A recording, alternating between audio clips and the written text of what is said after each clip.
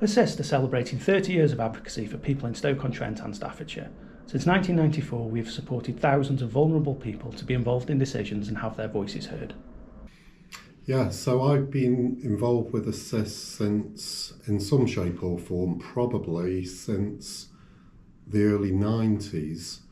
So I previously worked at St Edward's when St Edward's Hospital was closing, and Asist had a presence in the hospital as part of patients being resettled from long-term care, and I very much admired really what Asist were doing. At that time, most of Asist's work was based on generic advocacy. Okay, generic advocacy was originally the foundation of why when Asist was set up. Generic advocacy, the whole point of generic advocacy was about making sure people, all people really, with a disability, had access to advocacy. In generic advocacy, we could basically work with any task a person brought to us relating to the care, normally social care, but also a little bit of health as well in there. So basically, we could, any task that they brought to us, any issue they had with social care and health, we were free to basically support people to make sure they had their voice heard. And that was really important, and it was really important to get people's voice out there and give people the support that was needed. Advocacy has evolved over the years, and Asist has gone from a generic service to delivering mental health advocacy, mental capacity advocacy, DOLS and the role of the paid representative, health advocacy under the Complaint Service, advocacy under the Care Act, and co-production. And then not forgetting our Stoke-based services, which are BAME, parental advocacy, children and young persons, including the volunteer role of the independent visitor, and reach and community advocacy. And of course, the valuable Oliver McGowan training, which offers the opportunity for experts to be involved in influencing change. Asist also offers work placements for health and social care students, supporting them to gain valuable experience working face-to-face with people. IMCA Change was actually the start of change for advocacy nationally, because it started to say this is when certain people have to have advocacy services. IMHA was the second part of that kind of statutory advocacy service, and of course the Care Act came later. But that was a big shift. There's a big shift. On the positive, it was about saying people had a right to advocacy, which we've been fighting for a long time. Of course, now retrospectively, that also can be seen as some people now advocacy services have been affected by that sometimes. So generic advocacy isn't always available. So over the years, I believe advocacy has changed. It's become a lot more legislation focused. There's a lot more demand for reports, so that when we're representing people's views, those considerations are in writing. It's not just hearsay that's what's been said at a meeting. It is actually in writing, and I think that advocacy has become more powerful because we're more able to hold people accountable to the decisions that they're making on behalf of vulnerable adults and children. I think the positives that come with it are things like the dolls, and there are more rights afforded to people who are more vulnerable perhaps, or perhaps were overlooked before because they were in a care setting, or they'd been in a care setting for such a long time, it was just assumed that that was the best place for them. So I think advocacy, whilst it is statutory advocacy, there's also more of a highlight on people who perhaps, as I say, have been in these places for such a long time and their voices weren't heard, whereas now we go in and you get to understand what it is that they want and whether they actually want to challenge the place that they've lived in for X amount of years because they didn't have that opportunity before, perhaps. So I think that's one of the positive changes that have come with statutory advocacy, is the fact that now that it does highlight things like dolls and stuff more than it did before, because that just wasn't there. We usually talk about advocacy on a one-to-one basis, but Asist have also supported groups of people to speak up together for themselves and their peers. Starting as a self-advocacy group within a day service, Reach developed into an independent self-advocacy project, supporting people with a learning disability to speak up about their lives. Reach supported a People's Parliament and the co-chair of the Learning Disability Partnership Board, where people with a learning disability and carers had access to decision makers from health and social care, the police and other frontline services to help shape the support they got and the services they used. Reach has worked on many different projects throughout its 20 plus years, supporting people to have a voice in health and social care with projects and workshops, to hospital toolkits, influencing strategies, to creating a film with the BBC about the important issues such as hate and mate crime. We asked Reach members about their memories of Reach and the work they did. My memories of working with Rick is going to the group advocacy at the Dodson Centre. My first conference where I spoke to about 500 people, and it was about the health action plan, and I was like a bit nervous, but I was okay. I like going to the meetings and going to the partnership board meetings and doing the care and treatment reviews. We also did the partnership board, Stoke-on-Trent partnership board, with a group of professionals trying to listen to people with learning disabilities to make a difference. I've also worked with Kill University on my story of having a learning disability and what it's like for people living with a learning disability. Making positive changes and talking about hate crime and having visitors for the meetings. Yeah, we're just picking up letters. We went all for such a culture. Reach continues to support people with learning disabilities, but in line with our new contract, expanded into community advocacy, supporting all age, all disabilities. John, a long-standing Reach member, said, "It's still Reach, you're just reaching further to more people. We have a much greater scope now and give more people a greater, stronger and combined voice. We continue to create short films about people's lives and experiences as part of our Collective Stories project. These are then shared with the Learning Disability and Autism Partnership Board." Our newest development is supporting the delivery of the Oliver McGowan training for health and social care workers, supporting them to better understand the needs of people with autism and learning disabilities. Hello, I'm Lars.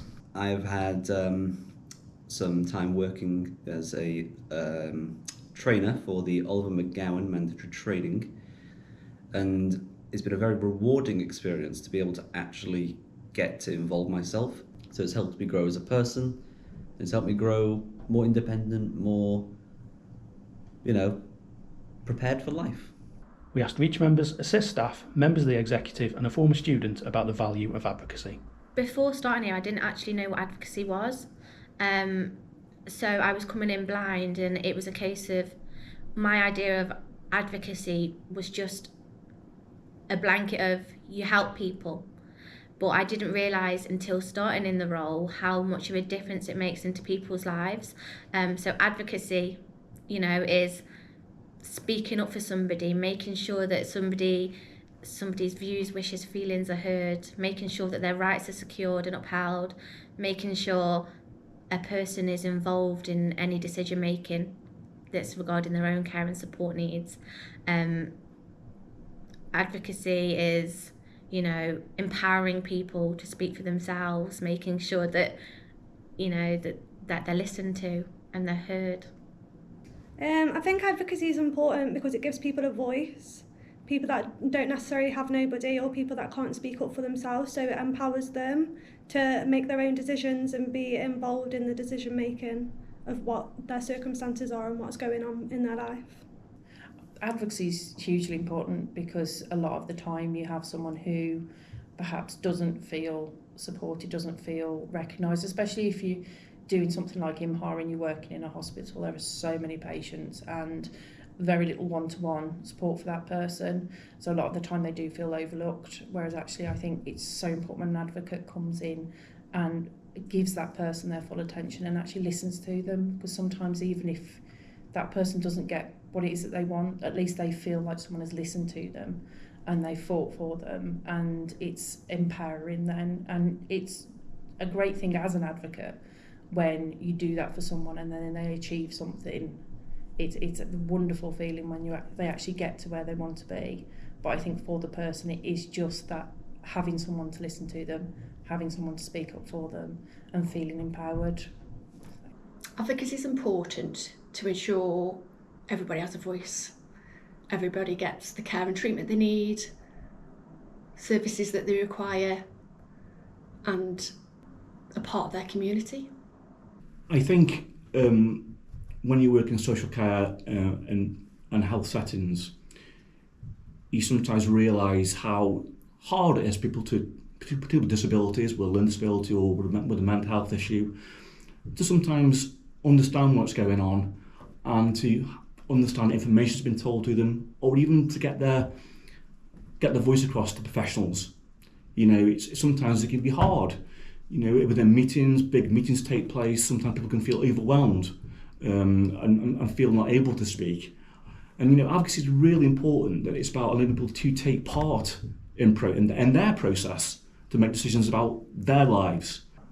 Speaking up for yourself is important because it gives everybody's got a right to speak up and tell people what they want in their lives. Being listened to makes a big difference in people's lives. So my role as advocate is we help support people to have a voice, to make sure that they're being listened to and heard in any capacity, because obviously they're at the centre of any of their care planning or mental health care planning. So, and sometimes it's ensuring that they're listened to and that their points are put across to all professionals involved in their care.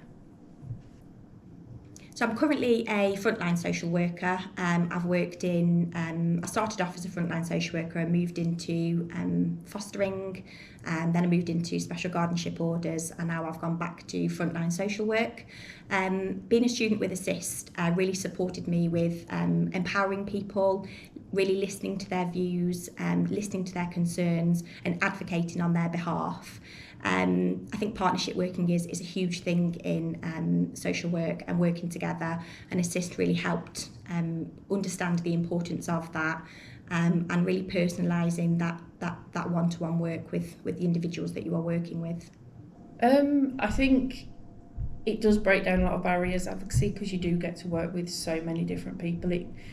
It gives you a greater understanding of different aspects of mental health and support that people need. So it does help to break down those stigmas a little bit, even if you don't sort of feel them yourself. When you're then talking to someone about the job that you do, a lot of the time they don't know what advocacy is, so just having to explain that to them, I think that helps massively, just to break down those stigmas and to help people to understand that there are more vulnerable people out there.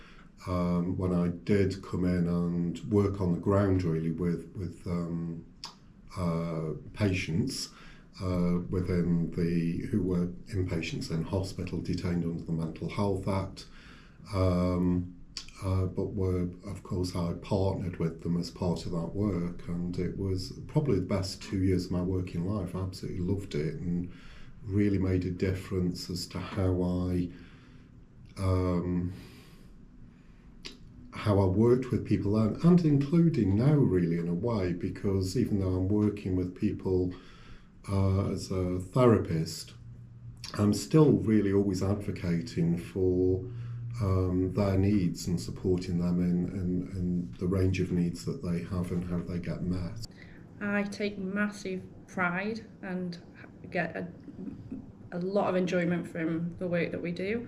I think that doing a job where you are helping people and empowering people, ensuring that they are participating in their life as much as they can to have an outcome that is right for them, I just don't think there's a job better than that. As well as also having done all of this training has given me an exceptional feeling of confidence. It's allowed me to go forth with the knowledge as well that I've got the experience and that I can talk about what I need from, any groups or people or things. And that's helped me particularly recently when I've had some difficulties getting my needs across to some people, as well as also it's massively boosted my confidence in just general life. Advocacy has given me a lot of knowledge and understanding about how things work within care and social work and the rights that people have, and that helps me personally because I have 2 autistic children, and there's a lot of things that I've learned through being an advocate that I wouldn't have known as a parent that I can then apply to supporting them and fighting for them and the things that they need. So I'm really thankful for that, because actually over the years I've learned, the rights things that people should have that they don't always get. So I can use that then to fight for my own children as well, which is really helpful. So. Advocacy is important because it allows vulnerable people the empowerment of being involved in decisions that are important about their day-to-day lives. Without advocacy, some people might not have the involvement they're entitled to. It allows people to understand what their rights are and to challenge decisions. I think to be an advocate, you've really got to care about the people that you work with. It attracts people that care about their community and care about equality. And that's what advocacy does. It allows equality for people that might not otherwise be able to achieve that.